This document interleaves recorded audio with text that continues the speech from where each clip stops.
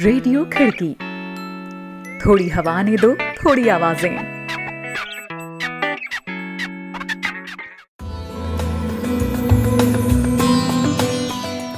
आज है 11 मई, दिन सोमवार। आप रोहित जोशी से सुन रहे हैं खिड़की इंटरनेशनल बुलेटिन। यहाँ हर रोज हम आपके लिए लेकर आते हैं दुनिया भर की अहम खबरें। यह कार्यक्रम आप खिड़की.com के साथ ही खिड़की के YouTube चैनल, फेसबुक पेज और व्हाट्सएप ग्रुप में भी सुन रहे हैं। शुरुआत करते हैं आज की पहली खबर से।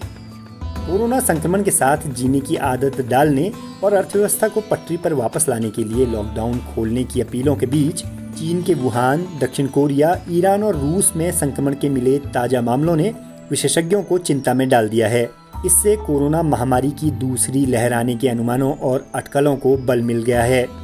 इन नए मामलों की रोशनी में कोरोना संक्रमण का खतरा कितना व्यापक हो गया है और इसके क्या नतीजे होंगे, बता रहे हैं अभिनव श्रीवास्तव। बीते हफ्ते WHO यानी विश्व स्वास्थ्य संगठन ने यह चेतावनी दी थी कि कोरोना वायरस की दूसरी लहर मौजूदा लहर से अधिक घातक होगी और यह यूरोप और एशिया में बड़े पैमाने पर तबाही फैलाएगा। अगर पिछले कुछ दिनों में कोरोना संक्रमण के वैश्विक परिदृश्य पर नजर डालें तो उसकी यह चेतावनी सच होती हुई दिखाई दे रही है। चीन, ईरान और दक्षिण कोरिया समेत विश्व के कई देशों में जिस तरह से संक्रमण के नए मामले मिलने शुरू हुए हैं, उससे ऐसा लगता है कि दुनिया भर को थाम देने वाली इस महामारी ने अगले चरण में प्रवेश कर लिया है। संक्रमण के मामलों में यह उछाल तब देखने को मिला है जब दुनिया की तमाम अर्थव्यवस्थाएं कोरोना के साथ जीने की आदत डालने की बात कहते हुए लॉकडाउन को खोल रही हैं या खोलने की तैयारी में हैं। सबसे पहले बात ईरान की करें, जहां देश के अन्य हिस्सों में संक्रमण में कमी आने के बावजूद दक्षिणी पश्चिमी हिस्से में कोविड-19 के नए मामले बढ़ रहे हैं। ईरान के स्वास्थ्य मंत्रालय के प्रवक्ता ने बताया कि यह वृद्धि खुजेस्तान, राजधानी तेहरान और शियाओं के प्रमुख स्थल कोम में दर्ज की जा रही है। उन्होंने बताया कि पिछले 24 घंटे में कोविड-19 के 1529 नए मामले सामने आए हैं। देश में अभी तक संक्रमण के कुल मामलों की संख्या बढ़कर 1,06,220 हो चुकी है। हालात दक्षिण कोरिया में भी बिगड़ते नजर आ रहे हैं, जिसको कोरोना महामारी को नियंत्रित करने के लिए कुछ ही दिन पहले तक सराहा जा रहा था। लेकिन मई के आते आते यहां फिर से कोरोना के मामले बढ़ने लगे हैं। बीते 24 घंटे में संक्रमण के 34 नए मामले सामने आने के बाद राष्ट्रपति मून जेई-इन को लोगों से सतर्क रहने की अपील करनी पड़ी और साथ ही राजधानी सोल में बीते शनिवार को 2100 बार और नाइट क्लब्स को फिर से बंद कर दिया गया। हालांकि सबसे ज्यादा चिंता में डालने वाली खबर चीन से आई है, जहां संक्रमण का केंद्र रहे वुहान शहर में 30 दिन से ज्यादा समय के बाद संक्रमण के 6 नए मामले सामने आ गए हैं। खबरों के अनुसार संक्रमण के ये सभी मामले एक ही आवासीय परिसर के हैं। कुछ ही दिनों पहले ये खबर आई थी कि वुहान के अस्पतालों में कोरोना संक्रमण से ग्रसित एक भी व्यक्ति नहीं बचा है। जाहिर है कि संक्रमण के नए मामलों ने चीन की चिंताएं बढ़ा दी हैं। चीन के राष्ट्रीय स्वास्थ्य आयोग के अनुसार रविवार को देश में संक्रमण के कुल 17 नए मामले सामने आए हैं, जिनमें से 7 मामले विदेश से आए लोगों से जुड़े हैं। इसी के साथ देश में संक्रमण के मामले बढ़कर 82,918 हो गए हैं।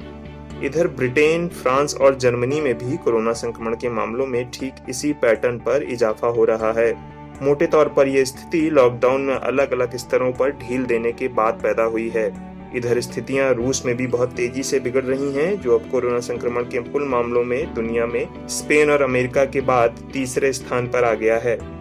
खबरों के अनुसार यहाँ पिछले 24 घंटे में 11,656 मामले सामने आए हैं और 94 लोगों की मौत हो चुकी है। भारत के सूरत हाल भी बहुत अच्छे नहीं है। यहाँ पिछले 24 घंटों में कोरोना के 4,213 नए मामले सामने आए हैं और देश के अलग अलग हिस्सों से संक्रमण के नए मामले सामने आ रहे हैं।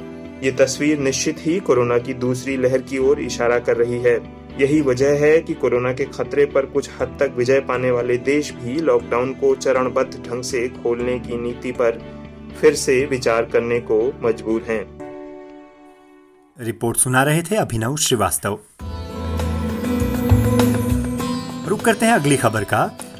ओमान की खाड़ी में चल रहे ईरानी नौसेना के एक सैन्य अभ्यास के दौरान दागी गई मिसाइल की चपेट में आने से एक सपोर्ट शिप में सवार 19 सैनिक मारे गए हैं, जबकि 15 घायल हो गए हैं। ईरानी सेना ने एक बयान जारी कर इस बात की जानकारी दी है। बताया गया है कि जब एक नई मिसाइल का परीक्षण किया जा रहा था तो वह अपने लक्ष्य के पास ही मौजूद एक सपोर्ट शिप कोनाराक से जा टकराई, जिससे यह हादसा हुआ। नौसेना ने कहा है कि दुर्घटनाग्रस्त शिप को तट तक खींच कर ले आया गया है और दुर्घटना के कारणों पर एक जांच गठित कर दी गई है। ईरानी नौसेना की वेबसाइट में जारी बयान में कहा गया है, रविवार की शाम नौसेना के अभ्यास के दौरान जास्क और छाबहार के पानी में नौसेना के कई जहाज प्रदर्शन कर रहे थे। इसी बीच लाइट सपोर्ट शिप दुर्घटनाग्रस्त हो गया। कोरोना वायरस की तबाही के बीच सऊदी अरब अपने नागरिकों और सरकारी कर्मचारियों की जेब पर तगड़ा वार करने जा रहा है। सऊदी अरब की सरकारी न्यूज़ एजेंसी में एक बयान जारी किया गया है, जिसमें वित्त मंत्री मोहम्मद अल जदान ने घोषणा की है कि वह अपने वैल्यू एडेड टैक्स में 3 गुना इजाफा कर रहे हैं और सरकारी कर्मचारियों के जीवन यापन भत्ते को स्थगित कर रहे हैं। बयान में कहा गया है, जीवन यापन भत्ता 1 जून से स्थगित कर दिया जाएगा और 1 जुलाई से वैल्यू एडेड टैक्स को 5% से बढ़ाकर 15% कर दिया जाएगा। इस बयान में कहा गया है कि यह कदम कोरोना वायरस के चलते अंतर्राष्ट्रीय बाजार में तेल की कीमतों में आई गिरावट और बाजार में आई मंदी के कारण लिया जा रहा है। यह कार्यक्रम आप खिड़की.com के साथ ही खिड़की के YouTube चैनल, Facebook पेज और WhatsApp ग्रुप में भी सुन रहे हैं और मैं हूं रोहित जोशी। दुनिया भर की दूसरे नंबर की सबसे पुरानी एयरलाइन कंपनी एवियंका कोरोना वायरस के चलते दिवालियापन की कगार पर आ गई है। लैटिन अमेरिकी देश कोलंबिया की राजधानी बोगोटा की यह कंपनी तय समय पर अपने बॉन्ड का भुगतान नहीं कर पाई है और कोरोना वायरस के प्रकोप के बीच मदद की जो गुहार उसने कोलंबिया की सरकार से लगाई थी, उस पर अब तक कोई कार्रवाई नहीं हुई है।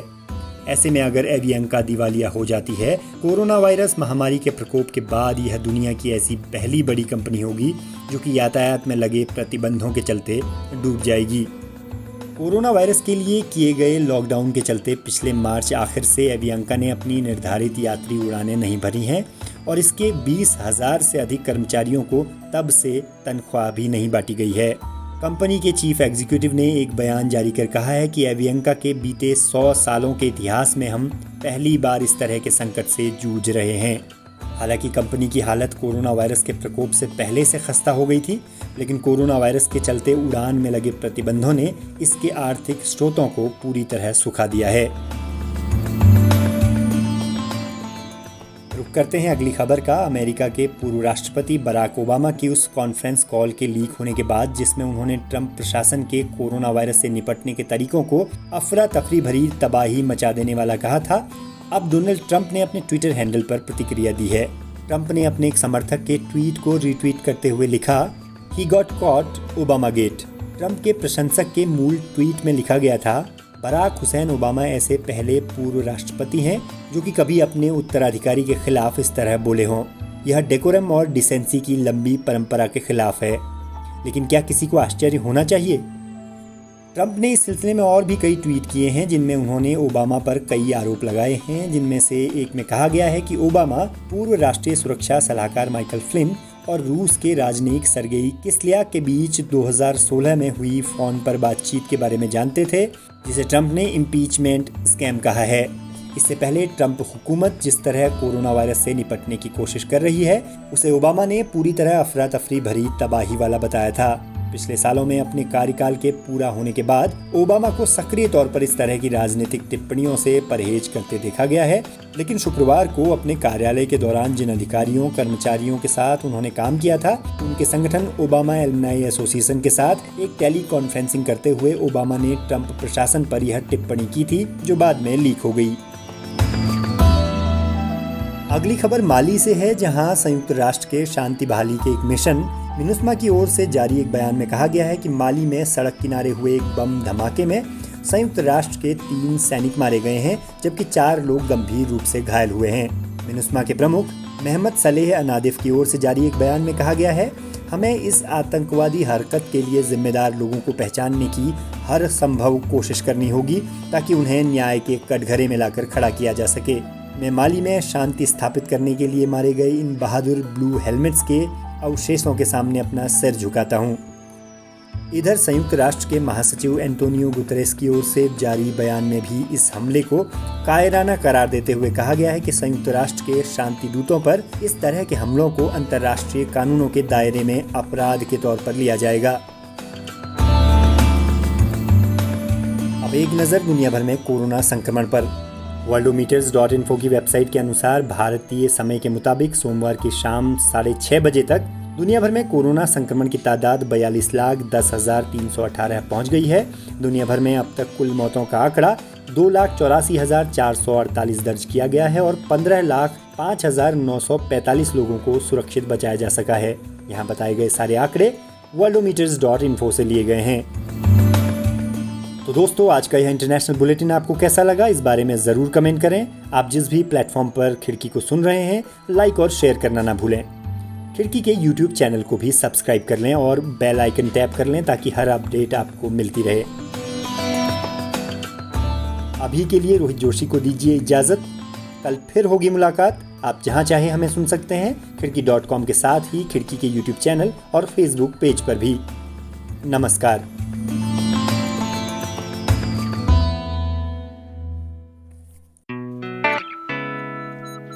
रेडियो खिड़की, थोड़ी हवा ने दो, थोड़ी आवाजें।